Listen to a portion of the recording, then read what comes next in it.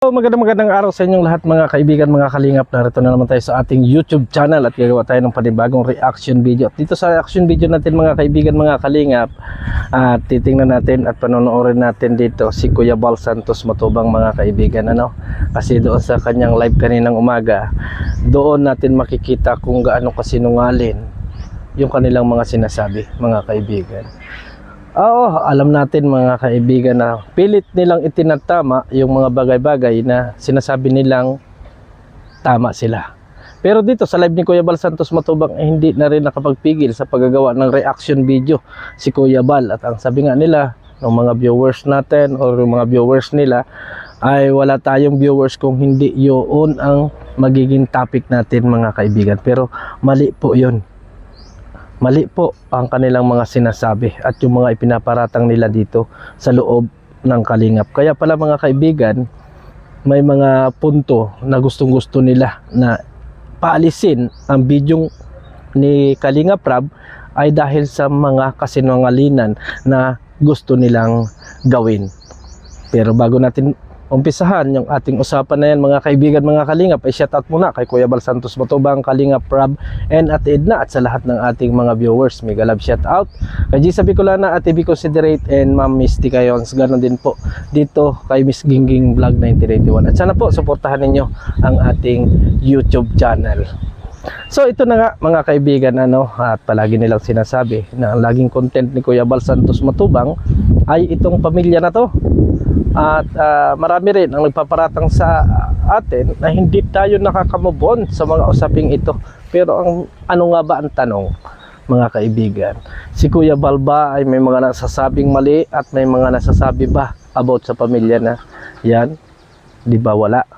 Wala tayong katibayan kung hindi gumagawa si Kuya Bal ng reaksyon doon sa mga kapwa natin reactor para sa ganon ay mapag-usapan din. At dito sa live na ating ipi-play kay Kuya Bal Santos Matubang ay real talk to. At talagang ipinlay niya yung dating video at yung mga kasalukuyang naging live nila. Dito pa lang mga kaibigan ay makikita na natin kung ano ba talaga yung katotohanan. Ang sabi nga ni Kuya Bal Santos Matubang, graduate na ako dyan. Pero kailangan ko ding sumagot kasi may mga paratang. Totoo naman yun mga kaibigan, mga kalingap. Kaya nga sabi ko nga sa ating mga live, sa lahat ng ating mga kung gusto natin ng katahimikan at gusto talaga ninyo na mawala ang issue na yan doon sa inyong mga live, doon sa mga para-post, ay tigilan nyo. Kasi at may sasagot at may sasagot dyan. May sasagot at may sasagot. Kaso gusto rin naman sigurado ninyo na mai-content para hindi talaga malaos or hindi talaga mawala sa usapin itong pamilyang ito. Tama ba ako o mali? Diba? Tama ako siguro mga kaibigan. Kaya yan ang gusto ng mga viewers. Sabi ko nga, ang nagdadala dito lagi ng bashing, ayun din namang mga supporter nila. Pupunta sa mga live, kung ano-ano ang mga sasabihin. Pupunta doon sa mga Facebook nila kung ano-ano ang mga ipopost. Katulad na lang halimbawa noong sinasabi nga dyan sa mga post nila na nagtatakot si Kalingap Rab at Kuya Bal Santos Matubang na magkaroon ng channel CB kasi nga po mawawalan ng sahod si Kuya Bal and Kalingap Rab. Alam naman natin mga kaibigan, mga kalingap, na kasinungalingan na naman ang kanilang mga para-post na yon at nakikita natin yung pangalan ng kanilang iniidolo doon. So sino po yung nagdadala ng bashing? Kami or yung mga sinasabi nilang legit viewers na nagtatanggol na pilit nilang idinidikit sa Kalingap yung pangalan na yan at parang nakikipagkompetensya pa. 'Di ba? Parang nakikipagkompetensya pa katulad niyan. Sa live noong isang araw, may mga nagreaction kasi nga hindi tama yung nabigkas doon. Kasinungalinan.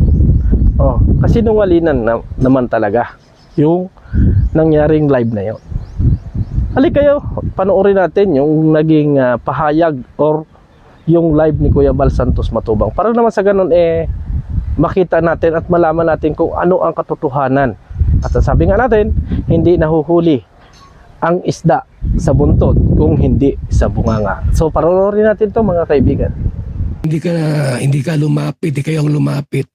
Ayun, malaki kasinungalingan yan. Okay, salamat kay Virgilita po sa pagkulay. Hindi tama yung tatanggihan nyo. Parang lumalabas na kami pa ang mayroong kasalanan na nagawa sa inyo. Kawasa't tinulungan nyo kami. Kawasa't binahayan nyo kami. Binigyan ng motor, ng tindahan, ng scooter. Problema nyo yan. Abay, sinisi pa kami. Mga kaibigan, sinisi pa kami. Dr. Lab. Ito kasi ay talagang kailangan din nila ng tulong. Mm. Ibig sabihin naglalakad siya ng 2 hours. 2 hours, tapos Galing pang buwan. galing pang buwan. Layo po talaga mga kalingap. Layo. Tsaka That time po. wala sila. Minsan naglalabada lang yung tatay at nanay. Tumatanggap sila ng labada dahil Labada. tatay niya paralyzed. Paralyzed daw. Nagsinungaling pa si Dr. Lam. hindi paralyzed po yung tatay. Ha? Sabi nga ni Supermac, malakas magsabong eh. Ha? Sabi ni Supermac yun. Yung tatay niya, malakas magsabong yan. O ba't paralyzed pala? Ha?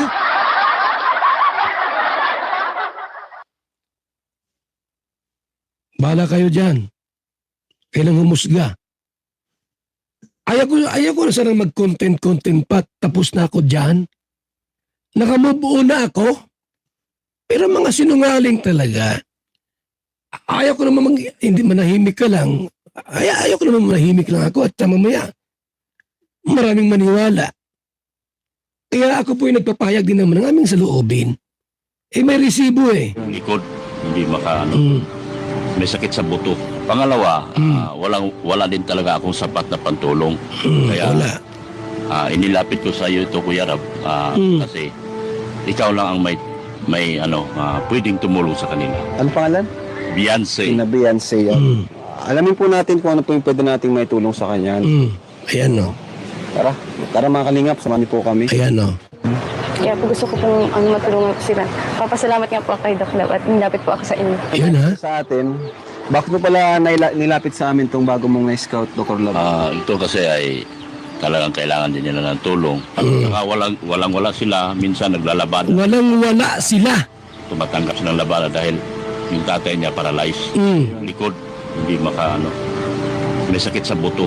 Pangalawa, wala din talaga Sakit akong sapat na pantulong.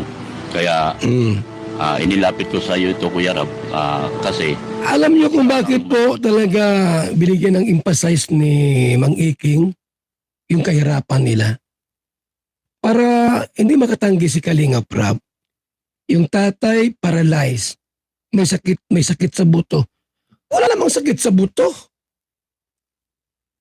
Tapos, alam mo ginawa ni Beyonce rito? Tuloy natin mga kaibigan. Tuloy natin. Ayan. Yung kasinungalingan nila. Para mas malinaw po nating makita at madama ang mga bagay na ito. Hindi naman po kami humingi ng tulong. Sila po yung lumapit sa amin para tulungan kami. Ibig sabihin naglalakad siya ng 2 hours. 2 hours, tapos Galing pang buwan. pang buwan. Layo po talaga mga kalingap. Layo. Tsaka wala sila. Minsan likod, hindi Hindi naman paralyzed eh. sa buto. Pangalawa, wala din talaga akong sapat na pantulong. Kaya inilapit ko sa iyo ito, Kuya Rab, kasi ikaw lang ang may pwedeng tumulong sa kanila. Pangalan? Beyonce. Sina Beyonce. Beyonce. Alamin po natin kung ano po yung pwede nating may tulong sa kanya. So, tara mga kalingap, samahan niyo po kami. Kaya po gusto ko pong matulungan po sila. Papasalamat nga po kay Doc Lab at nilapit po ako sa inyo. Nilapit siya sa atin. Bakit mo pala nilapit sa amin itong Yan. mong scout, Dr. Lab? Inulit ko lang para Talagang kailangan din nila ng tulong. Hindi naman po kami humingi ng tulong. Tsaka wala sila. Minsan naglalabada lang yung tatay at nanay niya. Matanggap sila ng labada dahil yung tatay niya paralyzed. Likod, hindi may sakit sa buto. Pangalawa, wala din talaga akong may sapat sakit na daw sa pantulong. buto. Kaya Hindi buto. inilapit ko sa iyo ito, Kuya Rab, kasi ikaw lang ang may pwedeng tumulong sa kanila. Wala din talaga akong sapat na pantulong. Wala. Hindi naman po kami humingi ng tulong. Yari ka Sila dyan. po yung lumapit sa amin para tulungan kami. Kaya inilapit ko sa iyo ito, Kuya Rab, kasi ikaw lang ang may pwedeng tumulong sa Kakayanan, tumulong. Kaya po gusto ko pong matulungan po sila. Papasalamat nga po kay Doc Lab at nilapit. So dyan sa napanood natin, real talk yan, totoo naman yan mga kaibigan, na hindi dapat sisihin ang kalingap kung may tinulungan. Kasi may nag-scout dyan eh. Oh, tinalambuhay nung scouter kung ano yung dapat bago ilapit kay Kalingap Rab. So siyempre si Kalingap Rab, mga kaibigan, mga kalingap, ay naaawa sa layo baga naman ng pambuhan, mga kaibigan, na lalakad naman dito sa ang layo nun, mga kaibigan. O siyempre, maaawa naman yung isa. So ngayon, ay naging kasalanan pa nga naman ni Kalingap Rab. Buti na lang, hindi talaga na-delete yung mga lumang video. Diba? Buti na lang, mga kaibigan, at hindi ini-remove yung mga lumang video kasi meron pala silang balak na hindi maganda. At may balak pala sila na itanggi ang lahat. Ay ngayon pala ang mga kaibigan, mga kalingap, itinatanggi na nila yung mga bagay-bagay na ganito. Lalo pa nung na-delete yung mga video. Kaya nga ang akin, ang sinasabi ko dito, mga kaibigan, kung talagang gusto ninyo, doon na lang ng katahimikan, doon na lang kayo mag-focus sa mga bagay-bagay na yun. Katulad yan, usaping about do sa palipad is wala namang problema sa atin yung congrats kasi hindi man natin na yon. Kaso may mga nag-live na ikino-confirm pa rin or ipinagyayabang. Ay halata naman, mga kaibigan, mga kalingap, na sila yung nag-iisip, hindi yung nandito sa loob ng kalingap. Oh, 'di ba? 'Di ba? Ako katagal-tagal na natin dito sa pero hindi natin hinahangad yung mga ganyang bagay.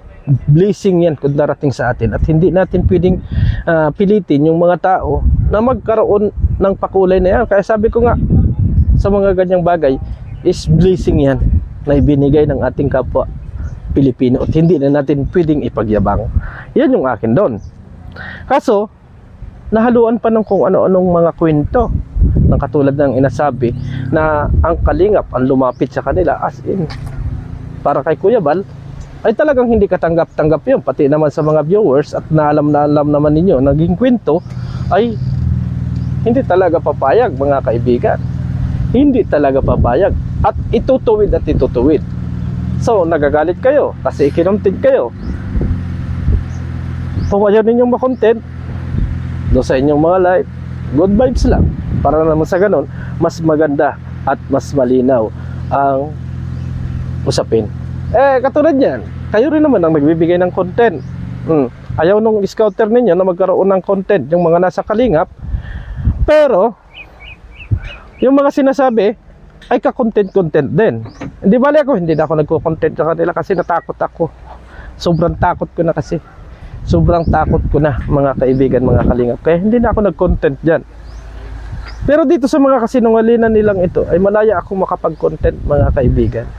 Yung mga kasinungalinan na pinagsasabi nila dyan para lang makakakuha ng viewers at suporta. Ngayon, mga kaibigan, pagdating ba ng araw, kayong mga sumusuporta dyan, kayong mga sponsor dyan, kontento ba kayo pag sinabihan kayong hindi kami ang lumapit sa inyo na mga sponsor, kayo ang lumapit sa akin? Ano kaya ang nasa isip at nasa puso ninyo, yung mga taong lumapit sa kanila para sila ay tulungan? Maganda ba ang inyong maiisip? Ayan, suportahan po natin. Hi! Nathan I have Cute Vlog. Ano yan? Toasted chopaw. Wow, pahingi. Pahingi ng isa bago mo dalhin doon. Sige, lakad na. Ako'y may... Hi sa mga Ayan. supporters po ni Pasnox. The one and only. My name is Nathan. Yes. Cute Vlog. Ayun. Babus. Suportahan po natin, mga kaibigan, mga kalingap, ang isa nating baklang kaibigan, Nathan Cute Pasngak Vlog. Para doon sa mga hindi pa natin na kaka-subscribe sa kanyang YouTube channel, suportahan po natin. So, kayo na po ang bahalang mag-comment, at kayo na rin ang bahala na mag-analyze sa ating mga sinasabi kung may kisinungalingan or may katotohanan. So maraming salamat and God bless sa ating lahat. Bye-bye.